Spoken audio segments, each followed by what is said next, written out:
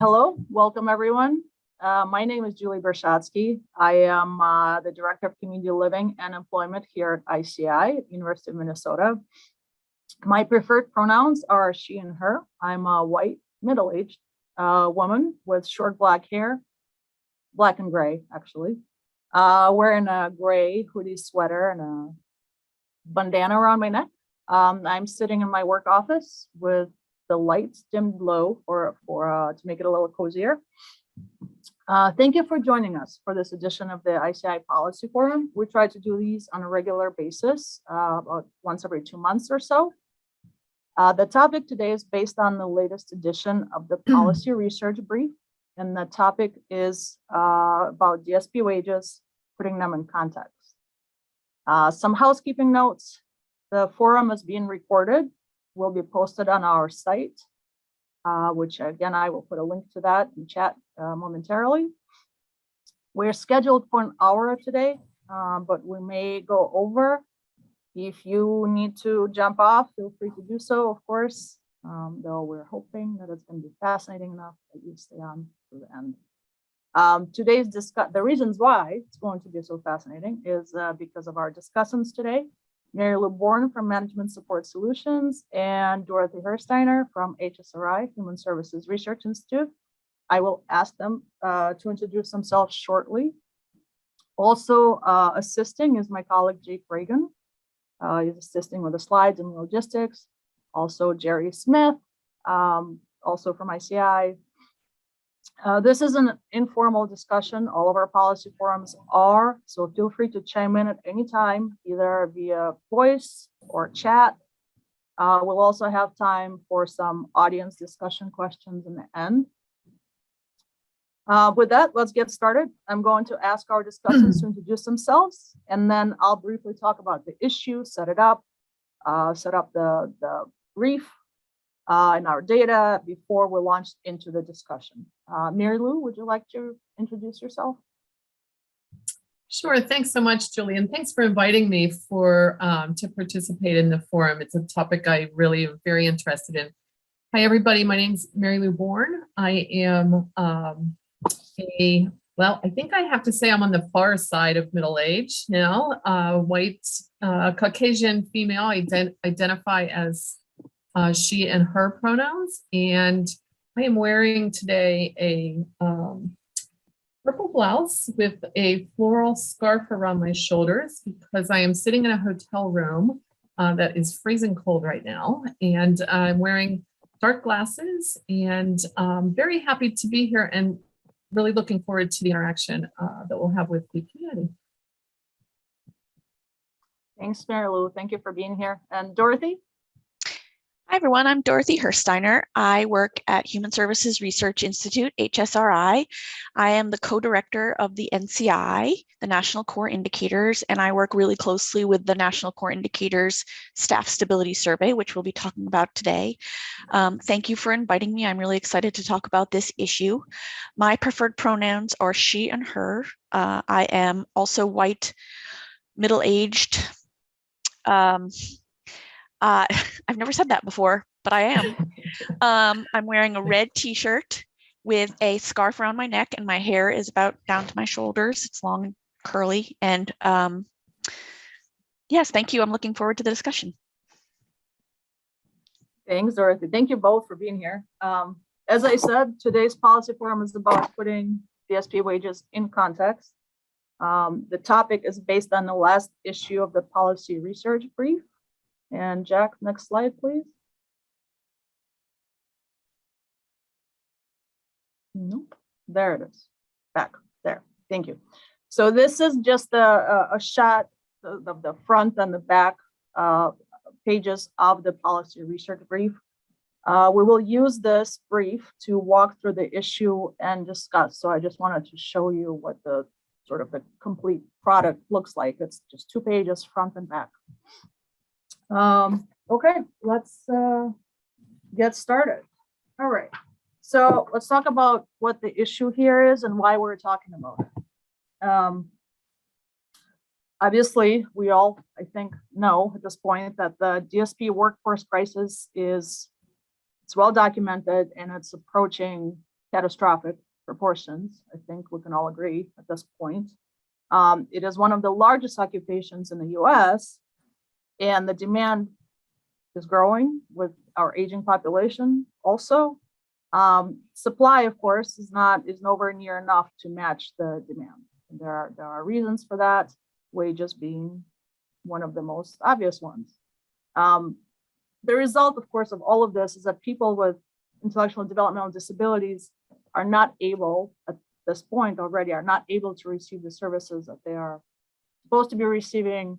Some providers are closing programs at this point. We're seeing that either temporarily or permanently because of the shortage.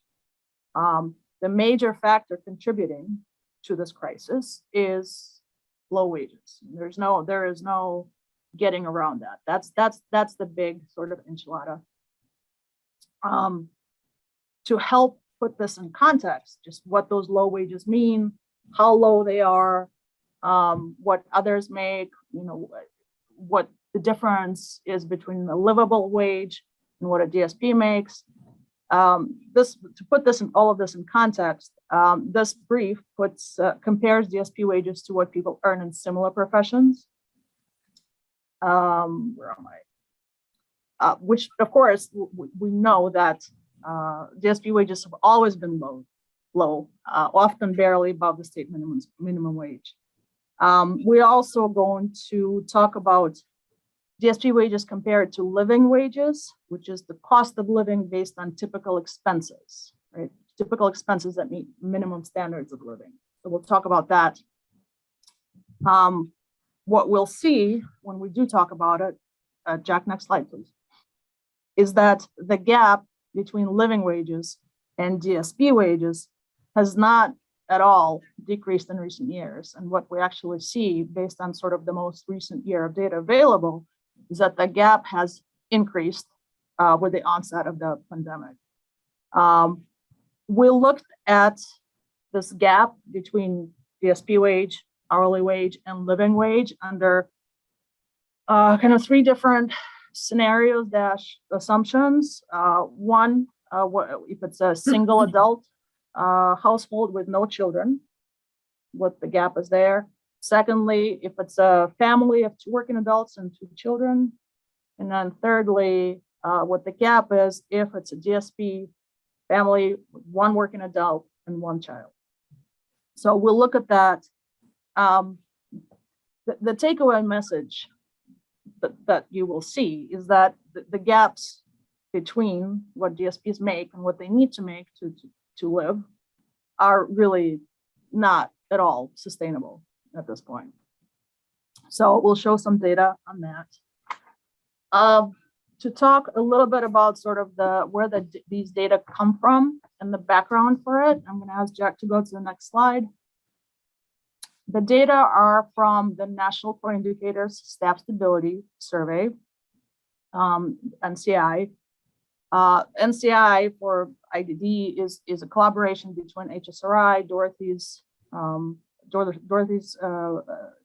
think tank, and NASDS, the National Association of State Directors of Developmental Disabilities Services. The survey has been around for, well, Dorothy will tell us how long it's been around. Been around for quite a while. It collects comprehensive data on DSP workforce, providing supports to adults with IDD. The goal of the survey is to help states, so it's a state level survey, it's to help states examine workforce challenges, identify areas for further investigation, benchmarks, and hopefully for improvement. The NCI team publishes the staff stability reports with their findings every year. So it's an annual report that is publicly available. The other very interesting thing about these reports is that they publish comparable wage data in an appendix, which is pulled directly from the Bureau of Labor Statistics, occupational employment statistics. So those comparable wages are available in the report itself, as well as living wage tables, which are pulled from MIT's living wage calculator for that year. Dorothy can talk a little bit about that in a minute. So basically what this brief does is pulls data from those staff stability reports, publicly available staff stability reports, puts them in context of the appendix data about comparable professions and living wage, and just puts all of that publicly available information together very simply. That's kind of the intent. All right, that's the setup. Dorothy, do you want to tell us, actually go back a little bit, Jack. Dorothy, can you tell us a little bit about how sort of staff stability survey came about, how it's used, why it was developed, and how long it's been around? Yeah, sure. Thank you. So as you mentioned, the Staff Stability Survey is a survey within the National Core Indicators effort. And National Core Indicators was started in 1997 with the goal of understanding the outcomes experienced by people with intellectual and developmental disabilities who are receiving services. So states, state DD agencies, along with HSRI, where I work, and NASDs, the National Association of State Directors of Developmental Disabilities Services, got together and said, we have a whole bunch of information about the types of services people are receiving, how many people are receiving services, expenditures, et cetera, but we don't really know how we're affecting people's lives. And so the goal of NCI surveys in general is to understand the experience of people receiving services and help states to use that information to measure system performance and see where improvements can be made. And within that context, in about 2014, we thought that it was a good time to start looking at the workforce issues related to the workforce supporting people with intellectual and developmental disabilities, because we knew that the experiences of people receiving those services, the experiences that we were seeing in those other surveys that we conduct, were very reliant on having a stable and quality DSP workforce. But we also knew that the workforce was experiencing challenges. And we had the infrastructure in place in participating NCI participating states to relatively easily take a look at that workforce. And so we piloted the survey in 2014 with, I think, about 7 or 8 states. What happens is the states send us a list of provider agencies within the state that provide direct support to adults with intellectual and developmental disabilities. And they send us an email contact for those provider agencies. We then set up a online portal, which can be used to send out email invitations to complete the survey to those provider agencies. Those provider agencies then complete the survey and answer questions about the types of services that they provide, the number of DSPs that they have on staff, the length of time those DSPs have been employed, which are used to calculate a turnover rate. We ask about vacancy rates. We ask about wages, which is very critical to what we'll be talking about today. We ask about benefits. And since 2014, we've added several questions about the demographics of the DSP workforce. And we've also added questions about the COVID experience of providers and DSPs. In 2020, which is the data that is used in this policy brief, we're referring to the 2020 calendar year. We had 26 states and DC, Washington, DC participate. And in the current cycle, which is being responded to right now, we have 29 states plus the District of Columbia participating. So that is the survey and how it is being administered. Would you like me to move on to talk a little bit about how states are using the data or how they can use the data? Sure, if you'd like. Sure. I think it's important to establish I know we all know what DSPs are, but for the purposes of this survey, the population that we are looking at are people who support, help with skills development, guidance, or personal assistance at any location or during any activity. So those activities can happen at home, with leisure activities, at work, during recreational activities. And this is support that's provided to individuals with intellectual and developmental disabilities receiving services from the state. What I think is probably more critical is that we are not including in any of these data that you'll be seeing any DSPs that are hired through a temp agency, contract or 1099 DSPs who are not on payroll of an agency, those who provide only transportation, home modification, or meal delivery, and any licensed healthcare staff like nurses, social workers, psychologists, or behavioral therapists, or on-call or PRN workers. And also the DSP definition does not include at this point DSPs who are providing support to adults who are self-directing.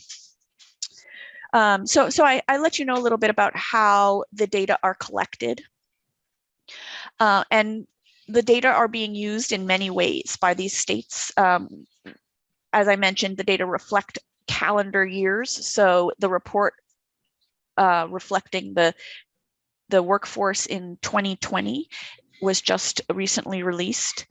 And states have used the data for advocacy purposes to demonstrate to the legislature why and how rate increases need to be implemented in order to increase wages. We also see the data being used and mandated by legislatures in order to evaluate whether or not rate increases have been given to DSPs and have resulted in an increase in wages. We've also heard that providers use their data to compare to the state and the NCI averages to examine where gaps might lie in their own personal strategies for retention and recruitment. And we've also been in contact with several states who are using the data to do deeper examinations, which is really exciting to us. Everything's about using the data is exciting, but particularly using the data to look at predictors of high turnover or predictors of turnover within 6 months. So those are some of the ways that data are being used at this moment. I'll pass it over to Mary Lou, and if you have anything to add with your experience with NCI. So, and for the audience's benefit, Dorothy and I worked very closely together on the use of and the development of the Staff Stability Survey for about 5 years. And so I'm now have been working with a couple of different organizations and states to really look at what they can learn from the Staff Stability Survey. And some of what we've been talking with people about lately is really understanding capacity issues and the capacity of the system to support more people has everything to do with the wages and benefits and the relationship that has to turnover of the workforce. So, you know, the foundation of the entire system certainly rides heavily on our DSPs, and this workforce and their wages is something that a very complex situation that we've gotten ourselves into in the system. And I think I strongly suggest that if you haven't yet had a chance to look at the overall reports that the Staff Stability Survey creates, it's really worth looking at those and having an understanding of, for example, what percentage of minimum wage the pay structure is in a particular state. But we'll talk more about that in a minute. Julie? Thanks. Dorothy, I wonder if you can answer, there's a question in the chat from Alan Bergman. Does NCI, does Staff Stability collect anything about the level of training that states require or credentialing for DSPs? Yeah, great question.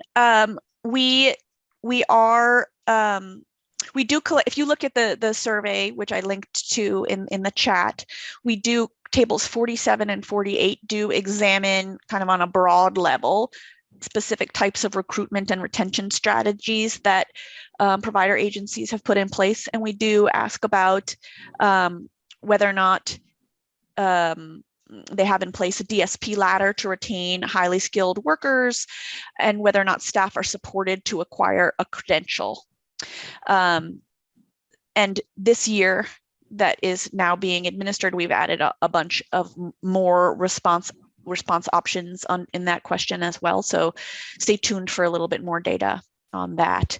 We don't ask specifically about College of Direct Support or NADSP training, but those are the credential, the training and certification that we have in mind when we did design these questions.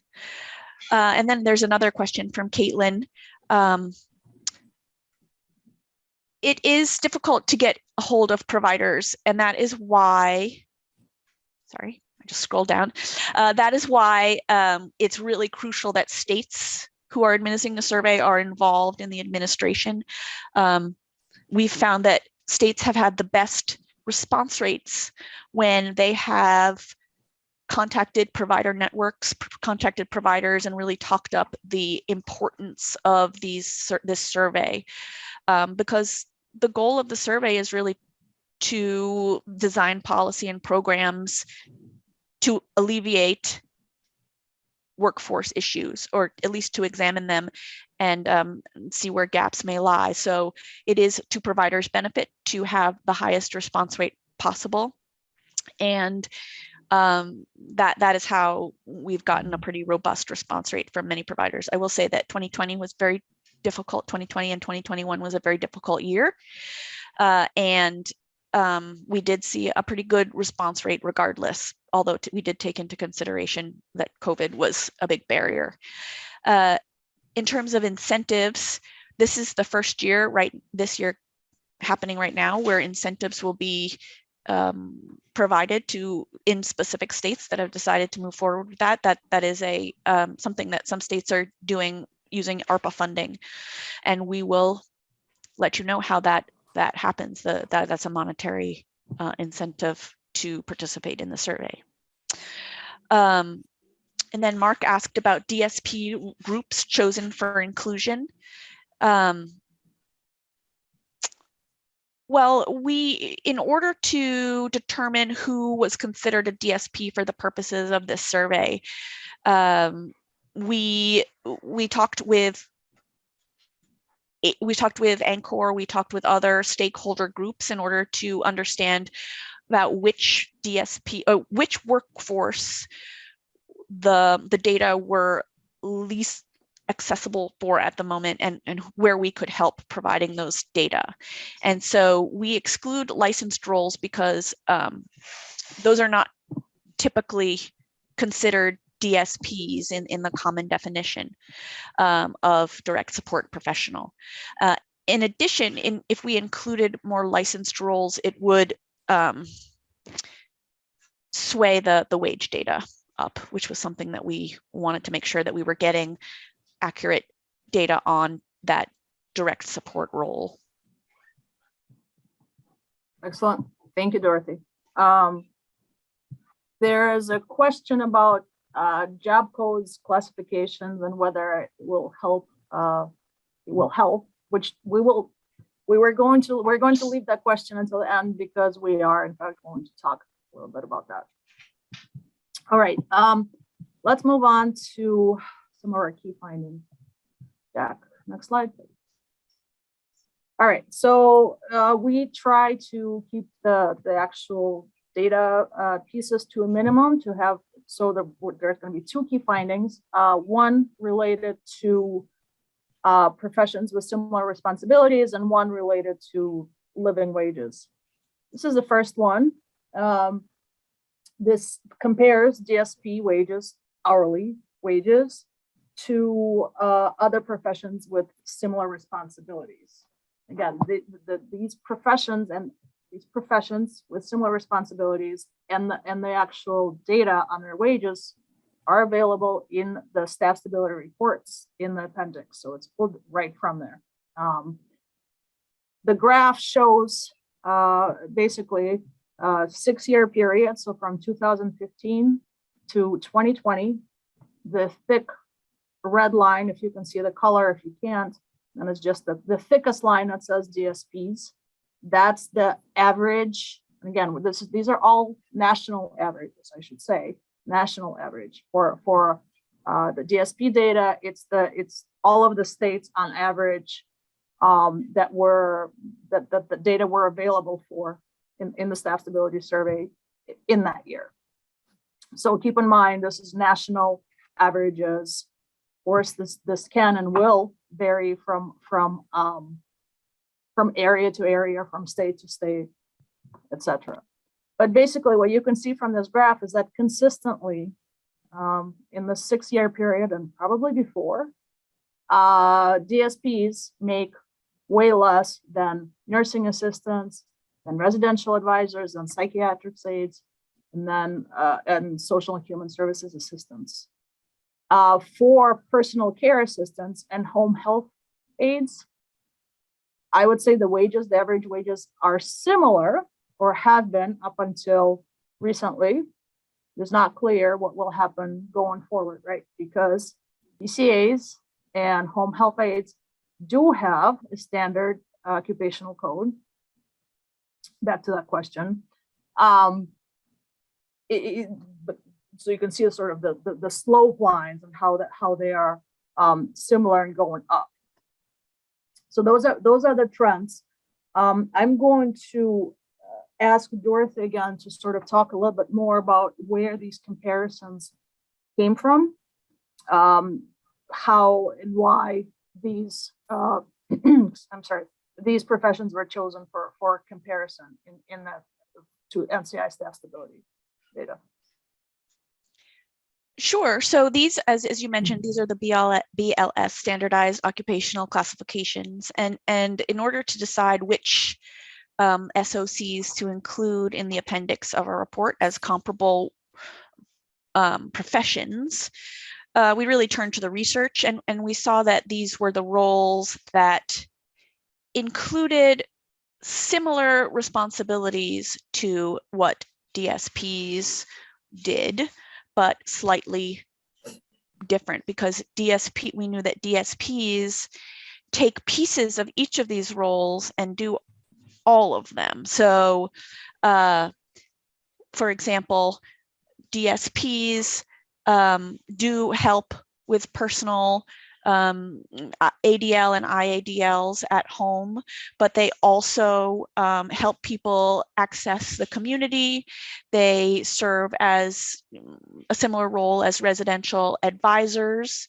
They can do certain nursing clinical responsibilities, and are tasked with really supporting people to achieve their goals, which is, for all intents and purposes, a non-clinical or IADL, ADL responsibility that is not encompassed by these particular professions. So we knew that what DSPs do, their responsibilities, took little pieces from each of these roles that you see on here, and then also did so much more. So that is how we determined which ones to include in the comparisons. Makes sense. Thanks. Okay. Mary Lou, to you, can you talk a little bit about the differences between these professions and DSPs? Are they different? And Jack, next slide. Yeah, and I think in order to do that, I borrowed from a great slide, actually, that a graphic that UMN ICI put together for the president's report that was done back in 2017. If you all haven't had a chance to see it, I again really recommend you take a look at it. It's the report very concisely describes all of the challenges before we were in a pandemic. But this particular chart demonstrates some of what Dorothy was just explaining, that there is no single job classification or standard occupational classification that encompasses all of what direct support professionals, particularly in the IDD space, actually do. And so, as Dorothy mentioned, we pulled from multiple different job classifications for comparisons, but when you look at the skills that are required, this really kind of wraps it up pretty concisely. You need to be a large portion of a DSP's job expectations is to teach and support people to do as much for themselves as they want to and can do, maybe to help people learn something new that they want to learn. There certainly is a nurse aspect in terms of health and safety, health monitoring, meds administration. You need to be a counselor, a support person. This is not, but there are also occupational therapy plans at times, physical therapy plans, certainly behavior support plans, all of which DSPs are expected to implement the interventions at minimum. Housekeeping, all of the help supporting somebody with dressing, and then as well as driving, safe driving. And let me, in preparation for today's discussion, I actually went in the state that I live in, I went and found a fairly decent sized residential provider, and I pulled up their recruiting for people right now. They have a job description online, and I was like, I wonder how exactly do they describe the job for a DSP? And literally, this is part of what it said. You need to be the provider of residential supports. A direct support professional will provide meds administration, direct care in terms of dressing, cooking, cleaning, and supporting the learning of skills in all of those areas, teach household skills, document progress in behavior and other therapies, implement exercises, implement interventions, document was there almost on every skill, collaborate with others to inform assessments, represent the agency as a professional in all aspects, confidentiality, crisis intervention, document progress on health monitoring, billing, communications, drive them safely, a whole thing on safety. And then it indicated that the starting salary was $9.50 an hour. So when we look at any individual one of these requirements, and Julie, to your question, how does this compare to, for example, personal care attendants who deliver a lot of home-based care, but it is very focused exclusively on personal hygiene and or those activities of daily living. They aren't required to do all of the other additional implementation of behavior plans, for example, and medication monitoring, meds administration, teaching somebody how to do things for themselves. So the amount of skill is really significantly higher in direct support professionals' experience and what we expect them to do. And thank you. I saw in the somebody requesting this particular slide. Dorothy, thank you for dropping that in. You can find this exact graphic in the report that Dorothy just dropped into the chat for us. So I think one of the things that we have to really kind of keep in mind is it is an extensive amount of skill that we expect people to have. And quite a bit of it is really can be provided through the training and the skill development. The knowledge base can be provided through some very formal training programs. But one of the things, especially when you look at the NADSP approach, it's really competency based, so that it's on the job, not only learning, but demonstration that you really, and that requires a coach or a mentor or somebody to be with you, helping you improve or kind of get it right.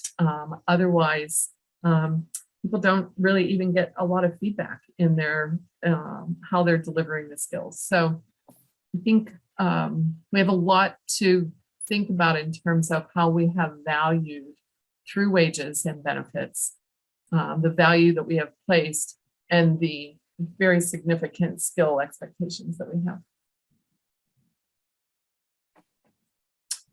one of the other quick things that I'd love to hear what some of the audience thinks about.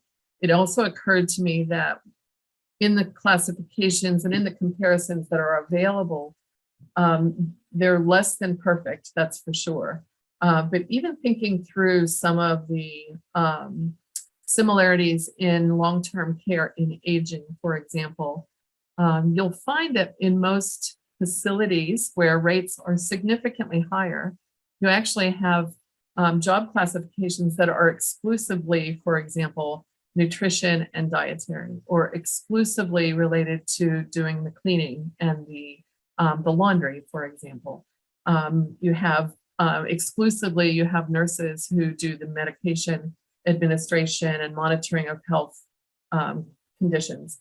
And yet in DSPs, in these community-based services for people with IDD, it is all of those are wrapped up into one expectation. Mm-hmm. Okay, thank you. Let's move on to the next slide. And we're going to now switch to talking, or move on to talking about living wages and putting DSP wages in perspective of living wages. What this graph shows is kind of the difference, or the median difference, which I'll explain in a second, but the difference between basically living wage at the state level, so for that state, minus the average hourly DSP wage. This is all per hour. So living hourly wage, or what is considered to be living hourly wage, minus average DSP hourly wage. That is done for each participating state because living wages are different in different states, of course. So what this graph shows is the median difference at the state level. When you calculate it this way, when basically if a DSP was making the living wage, what you would expect to see, or what you would see as a gap, is somewhere around zero, right? Living wage minus DSP wage would be zero if DSP wage was making the living wage. A positive number, a positive gap, means that there's a shortfall. That means that, let's say, a $5 gap means that the DSP is making $5 an hour less than what would be considered a living wage. Okay, so as just an example, the very top number in the graph, 1087, that's as an example, that means that the DSP is making $1087 per hour less than they would need to make for a living wage. So what this graph again shows is just that median among all participating states, median gap over a 5-year period, 2016 to 2020, under 3 different scenarios. One, and that's the thick blue line on the bottom, that's if you assume that there's just, the DSP is just, the household is just that one working adult and that's it, okay? So you can see then, if you make that assumption, you can see then that the gap over the years has been, well, actually a little bit of a negative number, which means that the DSP is actually making a little bit more, tiny little bit more than what they would need for a living wage if it was just the one working adult. That's it.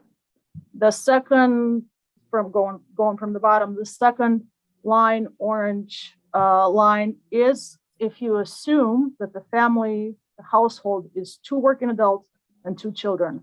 That is the gap over the years.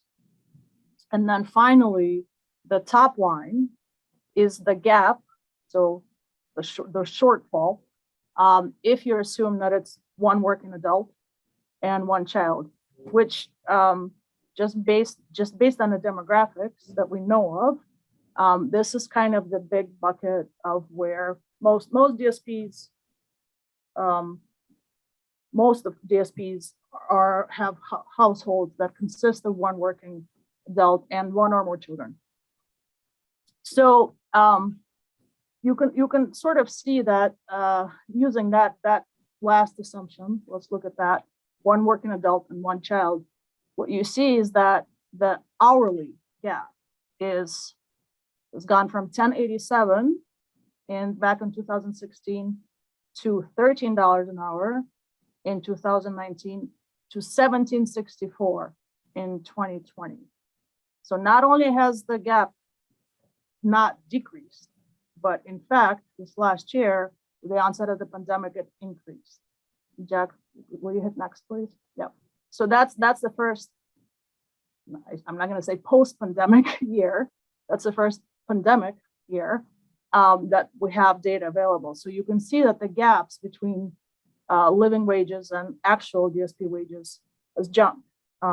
Just to sort of put this in perspective, this 1764 number, that 1764 an hour gap translates into almost 37,000 per year, right? So that's how short of a living wage these folks are making. If you're $37,000 short per year of what you need to make.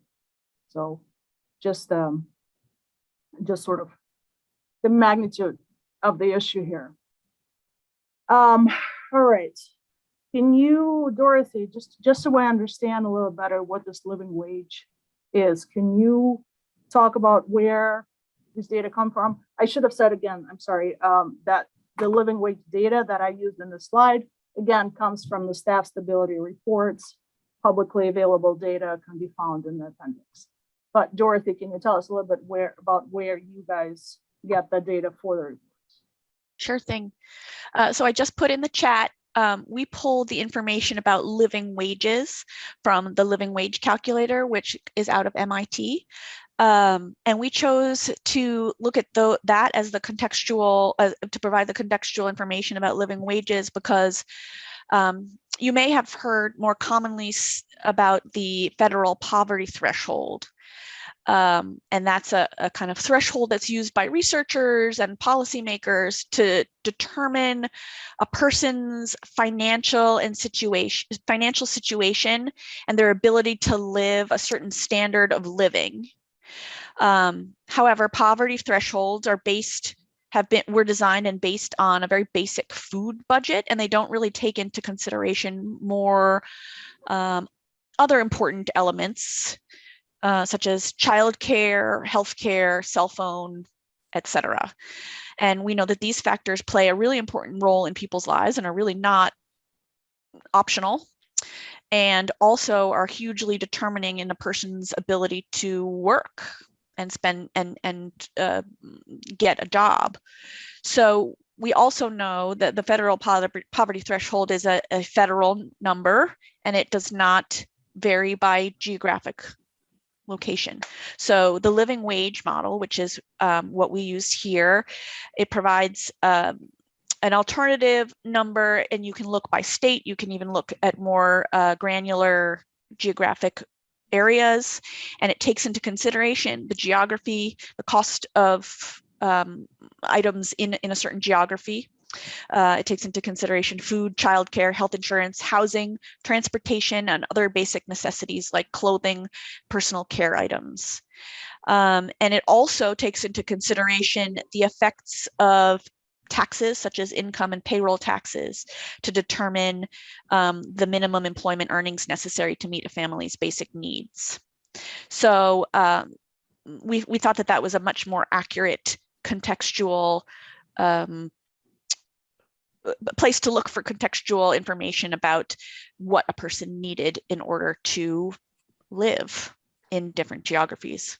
In our case, we looked at states. So that's why we chose to use the living wage calculator. Thank you. And I saw that you put the link to the MIT's living wage calculator in the chat there for anybody who's interested. One thing I will note on that is that I do not believe that that link actually contains like historic data. I think they update the calculator every year. So for historic data, you need to actually refer to the staff stability report. Okay, Mary Lou, can I ask you to talk about what this means for the system? Because, well, for the DSPs and the system, because if we are sort of looking at $37,000 per year median gap between the living wage and DSP wages, that's a lot. So what does that mean? And Jack, Yeah. next slide, please. Yeah, thanks, Julie. Essentially, what it means is that we really undervalue the importance of the work that people do. That feels like a real obvious statement, but we're forcing people to make some decisions in their life and to essentially live in poverty. And the people that are most disproportionately impacted by this, and your data shows it really well, Julie, are single parents with one or more children, particularly if they have more than one child. And as Dorothy was pointing out, you know, the cost of living is really not even addressed within the wages. I think it was, I wanted to point out that I think it was Gray Persons mentions in the chat earlier that there's a fundamental flaw in the way that states have developed DSP wages.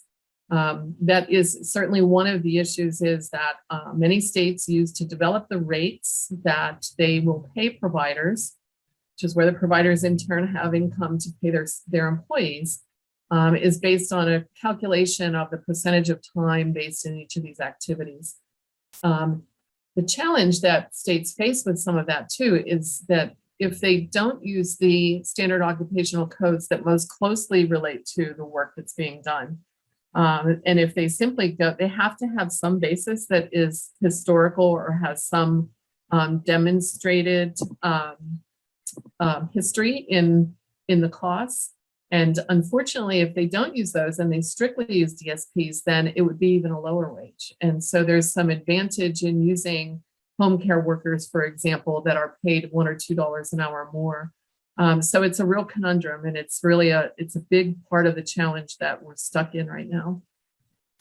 But I wanted to talk a little bit about poverty also, and the something that's called the benefits cliff. And as we've been talking about this for the last several months, actually, with a number of organizations, I've realized that some people, it tends to be that people are either very familiar with what we're talking about in a benefits cliff, or they've not ever really heard about it or really given a lot of consideration to it. So essentially what it means, as you can see on the slide in front of you right now, that when people get a raise, they actually end up economically at a disadvantage, because certain public, and I use the word benefits loosely, but certain public support that is available to people based on their income cap, you know, based on a capped level of income, they may lose if they get even just $1,000 a year raise. If it puts them over the income cap, they end up losing. For example, Dorothy mentioned subsidized childcare or rental assistance or SNAP benefits. So there's a number of, it's kind of hidden. I'm going to ask Jack if you can go to the next slide. I have actually a couple slides here, and in anticipation of people asking for these, I have links to where you can really learn a lot more about this if you're interested in knowing more about it. So, you know, really, oftentimes the workers themselves don't even realize until they go to re-up or to, you know, when they have to resubmit information for the eligibility for childcare, for example. We'll just use that as our example for today. And they suddenly find that they're no longer eligible. They can't get the assistance, and they're really stuck. Who's going to watch? How are they going to afford, you know, what might be $5,000, $10,000 in childcare costs that they just lost? So the value of each one of those benefits has really not been put into consideration in many situations. Sometimes the benefits cliff has a no turn back rule. And basically what that means is that once you've crossed over that income limit, even if a week later you go back to your former wages for the full year that they note that they identified you were making over the limit, you're no longer eligible for that full year. and you have to wait an entire cycle. Now, again, these are things that differ from state to state and from program to program, so we can't say it's always the case, but there are some situations that people really get stuck. It already mentioned that it really disproportionately impacts single parents, and particularly African-American single parents and females. So, which is the majority of, a large proportion of our DSP population. The other thing that we've realized is employers often don't even know about this and haven't really taken it into consideration. So, for example, a $1 an hour increase that amounts to roughly $2,000 annual increase can knock people out of eligibility for a lot of different rental assistance programs, or maybe it's energy assistance, or the LEAP programs. So on the next slide, I'll provide just a quick understanding of what we mean by the benefits cliff. And the two groups that I have found, there's quite a few of them actually, but the New York LEAP Fund really has done phenomenal work in explaining and understanding this, and actually starting to do something about it. They have a coaching program that's really a great way for people, for something that employers can do to help their DSPs understand this situation that they would be in, and particularly to help policymakers recognize and understand it. So this little graph that we have, it doesn't show it really well. I just took a quick snap of one of their pages. But essentially what it's showing is that your overall benefit income is the green and the blue together based on your wages, plus what the amount of the value of benefits that somebody might receive. And when their wages go up, you can see here just a little bit in their take-home pay, they may lose a significant amount of eligibility for public assistance. So it's something we really have to think about.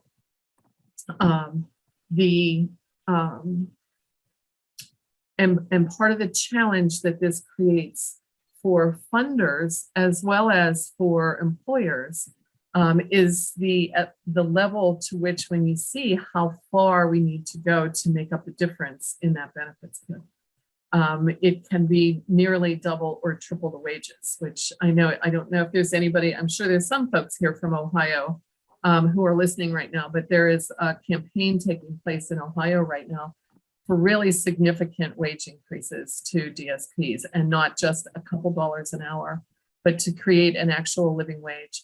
The other part that we have to point out is, particularly with EVV requirements now, Julie, many DSPs are required to have a cell phone, and they're required to check in with a cell phone, and yet there's no reimbursement for the cost of that, but it's a requirement to as part of their job. I mean, even if you're required to have a car, it's usually because your mileage will be reimbursed. But there has never been, well, to our knowledge, there is not a state that has intentionally taken on the cost of reimbursing people for their cell phone, their data usage. So I can see there's a few things in the chat. The one other thing I wanted to mention, and I think on the next slide, maybe. Yeah, this is just, if you want more information, these are I have a couple different links that you'll find in the slides, and they're really easy. Actually, you can even just Google it and lots of things come up.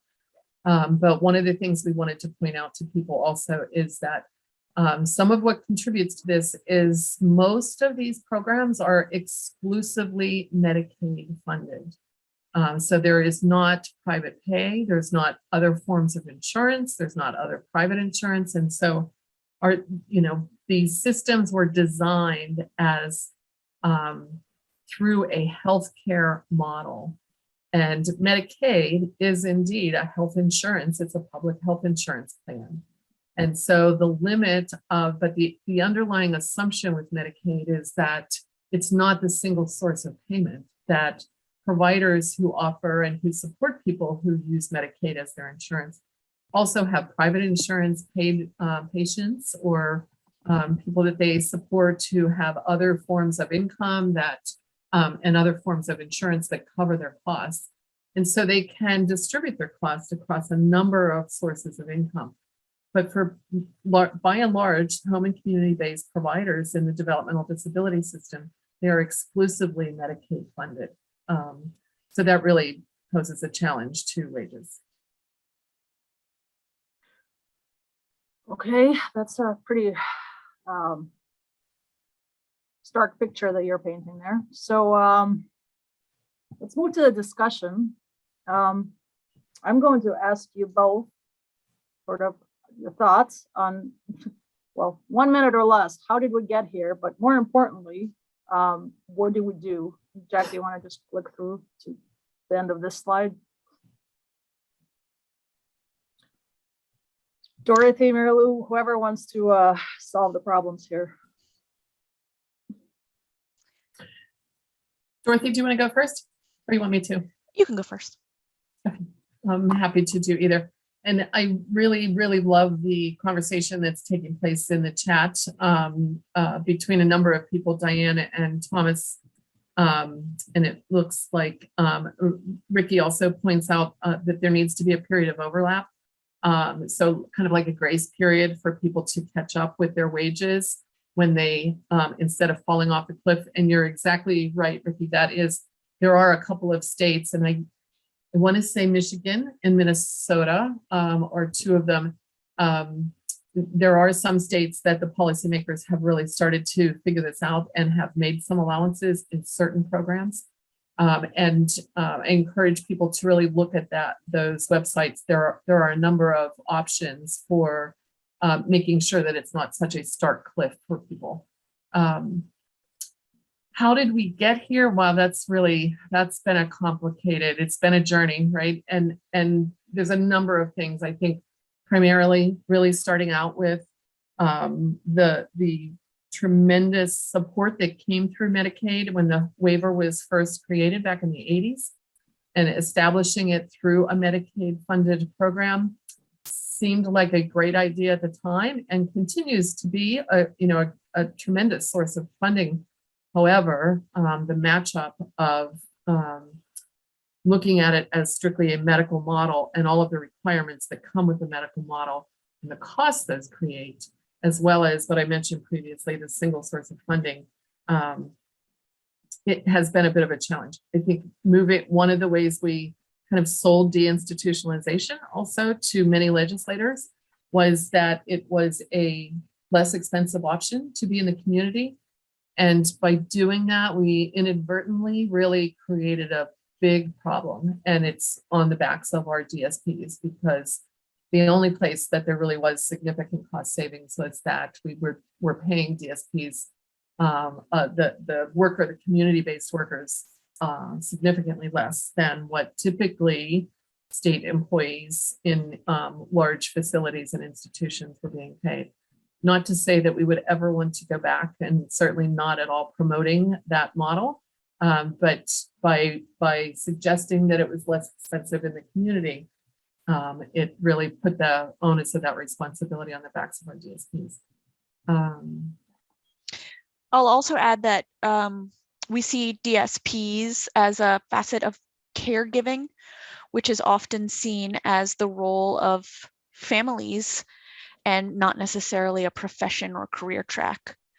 And I think that is a component as to why we don't value this work both monetarily and just philosophically as much as we should. So I think the other piece, Julie, is, when we talk about what do we do,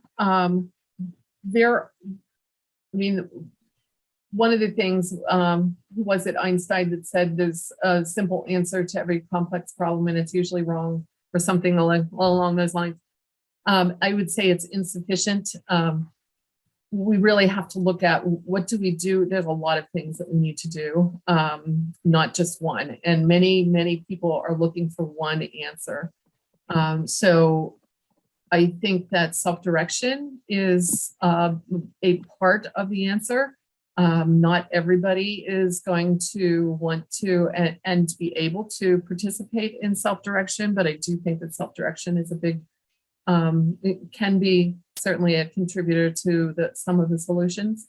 I think we actually need to have a step back and look at the system and really have a pretty significant redesign. In many of our counterparts in European countries, supports for people with developmental disabilities in their community particularly is considered a social care model, not a healthcare model. And so it really changes the level of intervention, the responsibility. You know, we are related to DSP wages.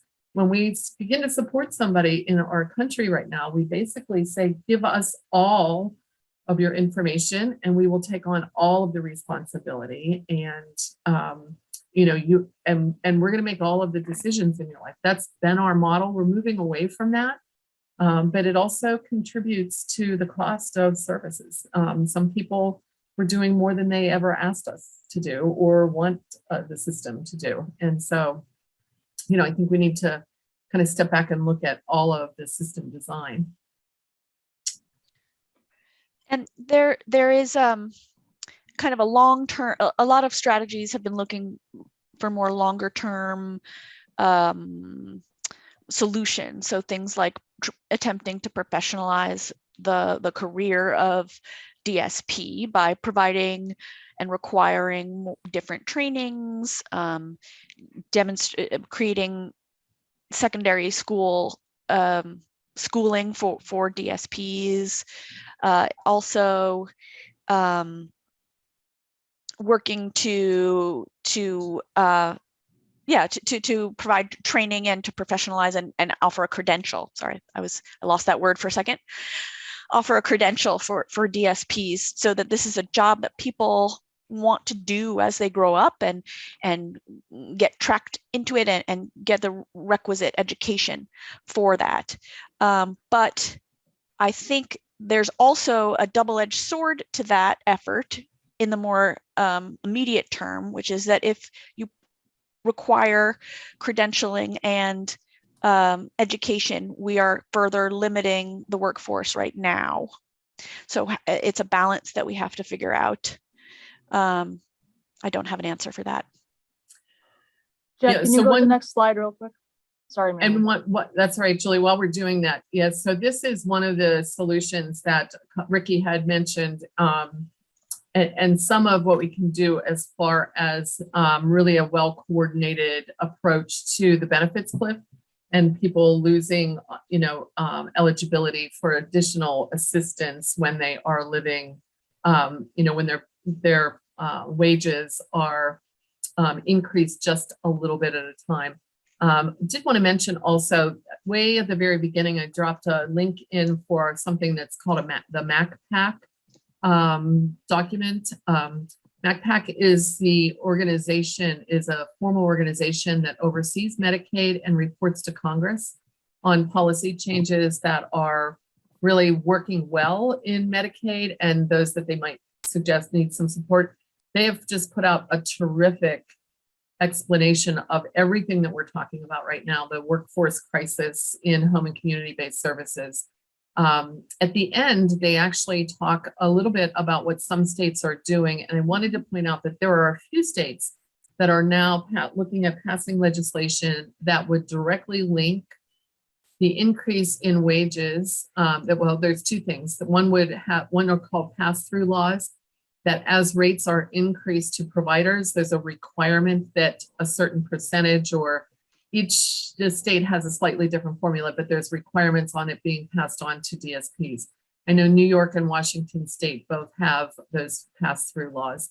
There are also states that are linking annual rate adjustments to the cost of living, similar to how it is usually set up for nursing homes and other long-term care facilities, which a lot of people don't even realize happens in Medicaid.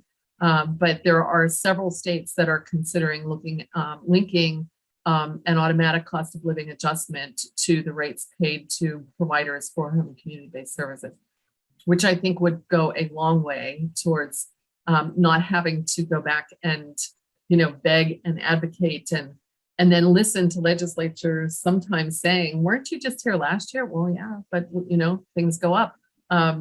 So that would really be, I think, a great improvement and something that can be done.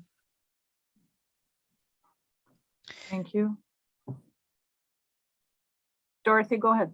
Oh, I was just going to say, some of these strategies, some of which Mary Lou just discussed, are being implemented using ARPA funding. So that's been a really big source of workforce money to shore up the workforce in different ways.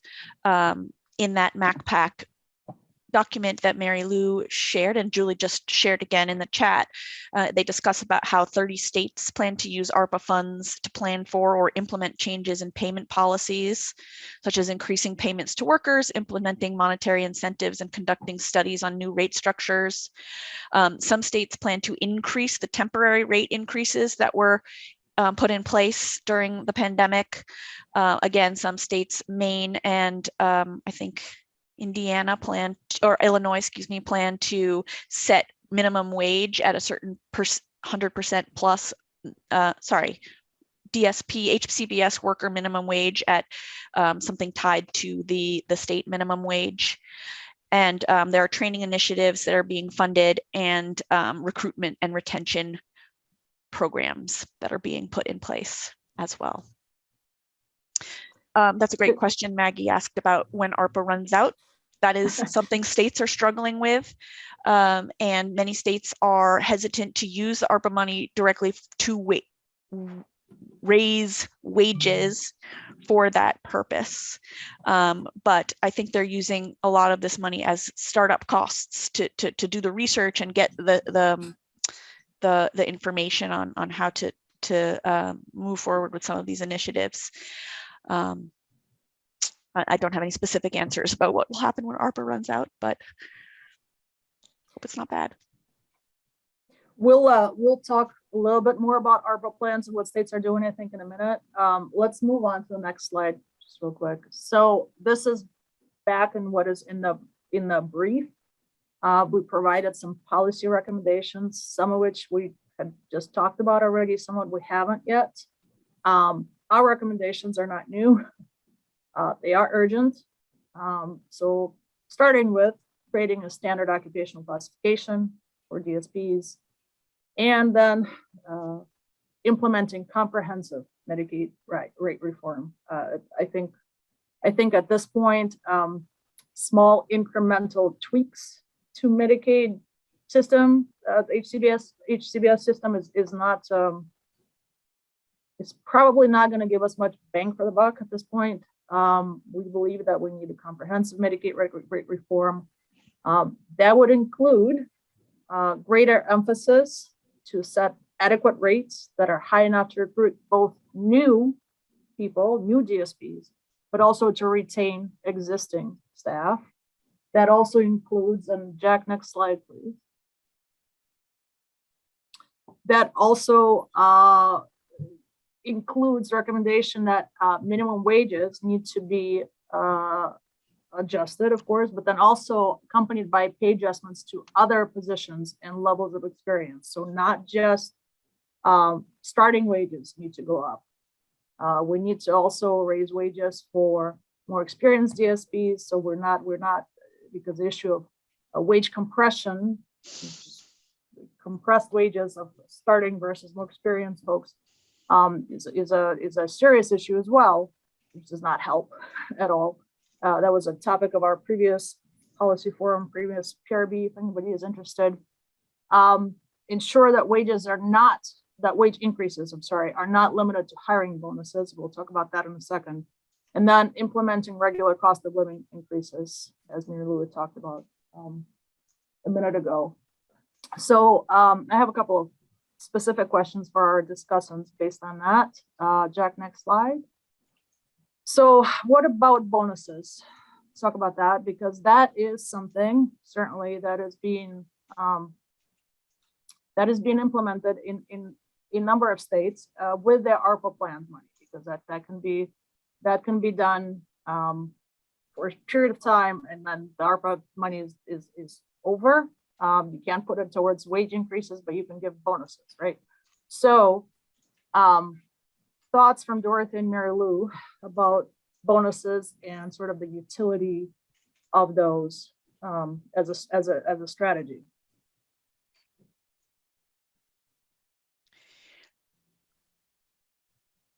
I'll go first, Mary Lou. Bonuses are a great strategy for windfall money that is one bulk amount of money that you get at a certain time of year that can be used, but it often is not treated in the same way that a wage increase is treated. It may not go into savings. It may not be used for specific savings, things that people are saving for. It may be used for one thing that is particularly important at the time. I know, Mary Lou, that you have a lot more insight into bonuses, so I'll pass it over to you. Yeah, and again, this is, I feel like I keep saying these are tricky things. Bonuses are, by and large, in surveys of DSPs directly, they like bonuses. People do like to receive bonuses for a number of different reasons. Sometimes it does help them to pay off a certain bill or to purchase a big purchase that they may need to make, or it's a boost. There's a number of different reasons that staff may really appreciate the bonuses without being aware of or recognizing that, and some certainly recognize that, I would rather have it weekly and have it routinely available to me. But when you look at, for example, maybe it's a $500 bonus. When you spread that out across 20 weeks, it's only $10. It can seem very minimal and hardly even recognizable. And so people kind of go back and forth about how they feel about bonuses themselves. But what we know, and Julie mentioned this, I encourage people to listen to the recording. Stephen Pawlowski from HMA Burns and Associates did a really nice job of explaining some of the challenges that bonuses create in wage compression. When you do give increases, then depending on if there are increases in DSP annual salary that don't go along with increase the same amount of increase to the frontline supervisor or the managers, then you start to have less and less distance between DSPs and their supervisors, and it becomes a disincentive for people moving up through kind of a career ladder, if you will. As far as bonuses go related to that, people they don't want to lose bonuses in as a sacrifice to having annual hourly wages increased. And so it becomes a real communication challenge also. There's a couple providers that we work with who they right now are in the midst of having a really difficult time explaining to their staff what they're doing with the Arpa funds that the staff feel like should have just been given to them in lump sums. And so, there's a number of different aspects of bonuses that make it challenging. And then, let's see. Real quick, there is one comment in the chat, Julie, if you don't mind. It backs us up a little bit, but I just wanted to mention, Annette asked about entitlement programs, 1915I in particular. There is also the 1915K, the community first choice in about 14 or so states, and the increased pressure that's going to put on DSPs. I mean, certainly entitlements do, but really, honestly, the waiting lists are so long, and a significant part of the waiting lists are also capacity related. And the, I think that the increased pressure coming from advocates is equally important. One of the things that you may see starting to happen, if 1915I entitlement programs increase, which, by the way, a lot of states have not gotten into the 1915I for this exact reason. And so I'm glad that you pointed it out. With an entitlement program, the commitment to provide lifelong services for people and to address all of their needs makes very difficult decisions around serving more people with somewhat rather than serving a much smaller number of people with every need that they have. And so, needs assessment is something that we still have a lot to learn about and understand how well we can make sure that we're matching up the best way for people's needs to be met. So that's just a quick comment on that. And there are a couple other, Tammy is mentioning also that bonuses are taxable, but there are, the other piece of it is it doesn't create an ongoing commitment in payroll for the provider. And I think that's what Tammy is mentioning, that from the one piece I didn't mention earlier is it is appealing to providers because they're not then absolutely committed to that payroll increase month after month, year after year, regardless of what happens to their budget. So bonuses are something that for the agencies, it's an appealing way to pass increased funding along to their employees. But in the long run, it really does it has ended up keeping wages down where they are. That's a great point. Yeah. Next sort of discussion question, we'll keep this one short, but it's interesting. So strategies used in other professions to deal with this issue. Dorothy, you mentioned earlier via email before something going on with the truckers. Is that an example that might be interesting? Well, I brought that up because one thing that NCI has found is that states are often not aware of the fact that that provider agencies are using contract or 1099 workers as DSPs. And this is appealing to provider agencies for many reasons. One is that, payroll taxes and benefits are not as they don't exist for the 1099 workers, but for the workers themselves, this increases the precarious nature of their employment. They don't have benefits through their employer necessarily, and they are on the hook for having money to pay taxes at the end of the year, or depending on how they've organized it. And I was chatting with Julie and Mary Lou about, I don't know if anybody watches John Oliver last week. Tonight on Sunday, he talked about some of the challenges that the trucking industry is facing.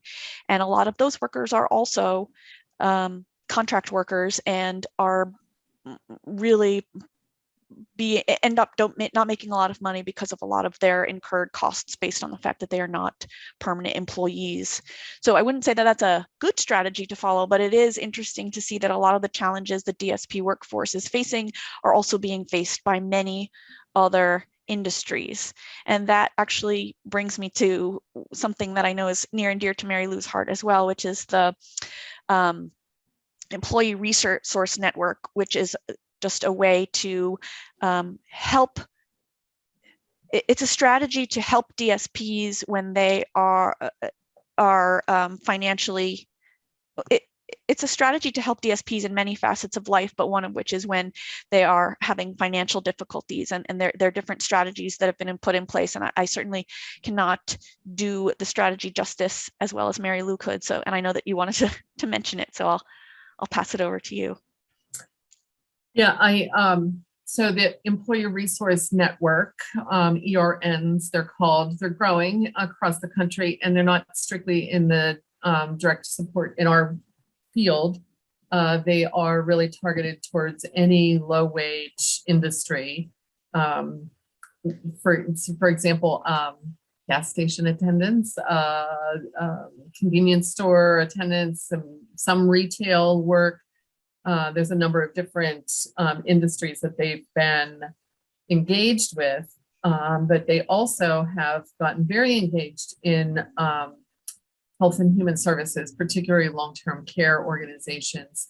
And the essential approach that they have is that people need coaching and support in basic life skills when they come into when they have low wages and they're trying to make a living and balance their own life requirements with their work requirements. And so there's a number of things. There are no interest loans that they can help employees with, for example, if their car breaks down. It's not for just anything. There is also a lot of the coaching is related to developing professional skills around work itself and how they can actually develop work habits and work practices. It has a lot to do with relationships and having obligations in your family and how you solve problems. It's problem solving, it's conflict resolution. It's a number of different life skill coaching opportunities. And I'm not doing it really much justice right now either. But the idea is that a number of organizations have come together to purchase this employee resource network coaches that then become available for any of their low-wage employees who need some help in figuring out a problem that's stopping them from being able to come to work.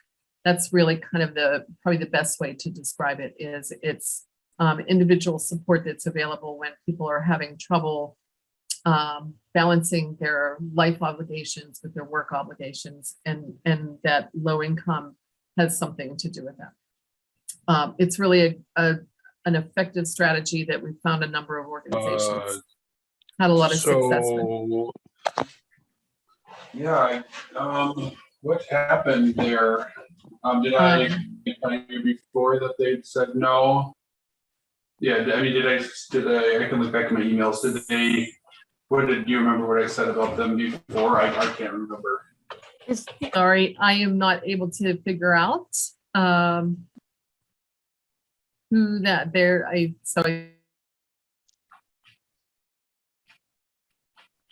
Was somebody just trying to ask a question? And if you were, could you please ask it again? And if not, then okay. Okay.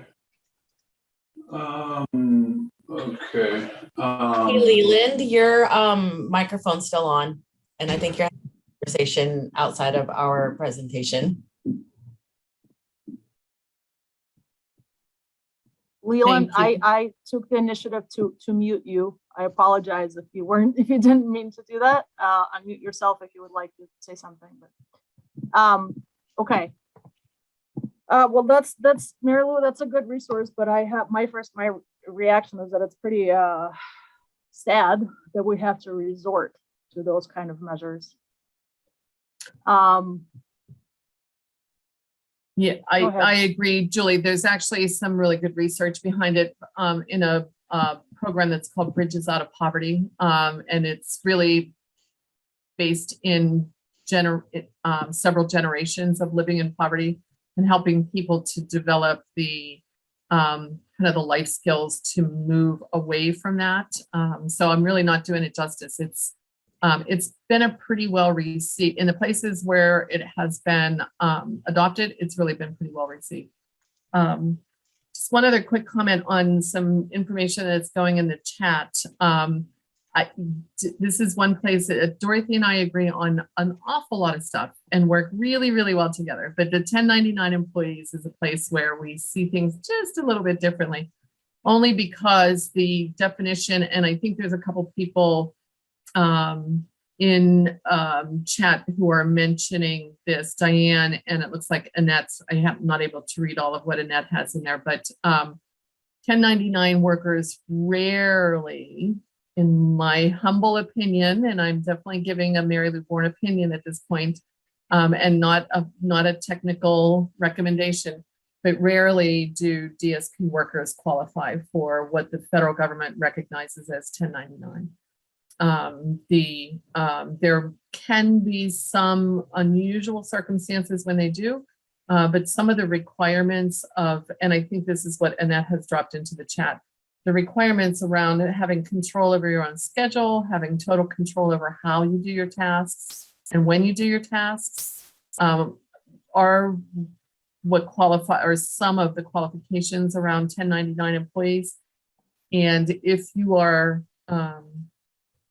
you know, if you're a DSP and someone needs to tell you what your schedule is and where you need to be and some of how you're going to have to do it, and especially what you have to document, which is very definitely a part of direct care staff's work, then in the federal interpretation, it's highly unlikely they would qualify as 1099. And so it's a misleading way for people to think they're making higher wages, because the other half of that is that you pay all of your own payroll tax, which when you're an employee of an organization, 15%, you know, half of at least the Social Security and Medicare taxes are paid by your company. So I just really hesitate every time I see people saying, oh, 1099 employees make a lot more. Maybe we should have more 1099 employees. And I know that's not what you were saying, Dorothy. I just want to make sure our audience doesn't walk away thinking that we're suggesting that's a strategy. Oh, absolutely not. I'm sorry if that was confusing. But we did find in the staff stability survey that there are provider agencies that do exclusively hire contract workers who are not on payroll. They may not be 1099, but it's a similar, from the provider perspective, it's similar. Yeah, All thank right. you. And Christopher's asking a great question, and I'm not sure I have an answer to it, about what percentage of all workers fall below the living wage. I would guess you can find that on MIT's site. But that's definitely a great question, Christopher, and we'll try to get an answer for you. Mm-hmm. All right, we only have a couple of minutes left. So Jack, can you click over to the initiatives slide, next slide.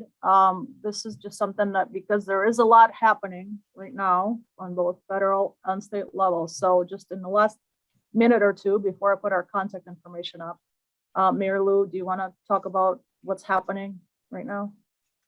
Yeah, and I think Dorothy covered a good bit of it. And I would, if you go to that MacPack link that Julie had put in a couple different times throughout the chat, you'll see a whole section on this at the end. So since we don't have a whole lot of time, I'll definitely refer people to that. There's also the Kaiser Family Foundation has a great summary of how ARPA funds or HCBS are being spent. So you can also find, but the primary ones are these idea of one-time bonus pay, people that were employed throughout for different percentages of time throughout the pandemic. And then also a large number of states are putting funds into increasing DSP training and credentialing programs. Those are two of the big ones. And then we already mentioned the COLAs. All right, obviously, there's a lot more. Perhaps we should have another discussion on this, because we can talk about this for hours, I think. In the interest of time, we are going to put up our contact info. Jack, can you just click to the last slide? This is if you want more information, if you want to get in touch with us, this is our contact information. There's a question in the chat about methodology on the survey. That would be Dorothy, if you want to know about the staff stability survey itself and anything related to it. She will know literally everything about it. If you were interested in contacting Mary Lou or myself,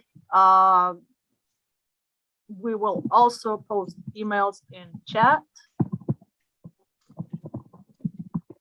That's mine.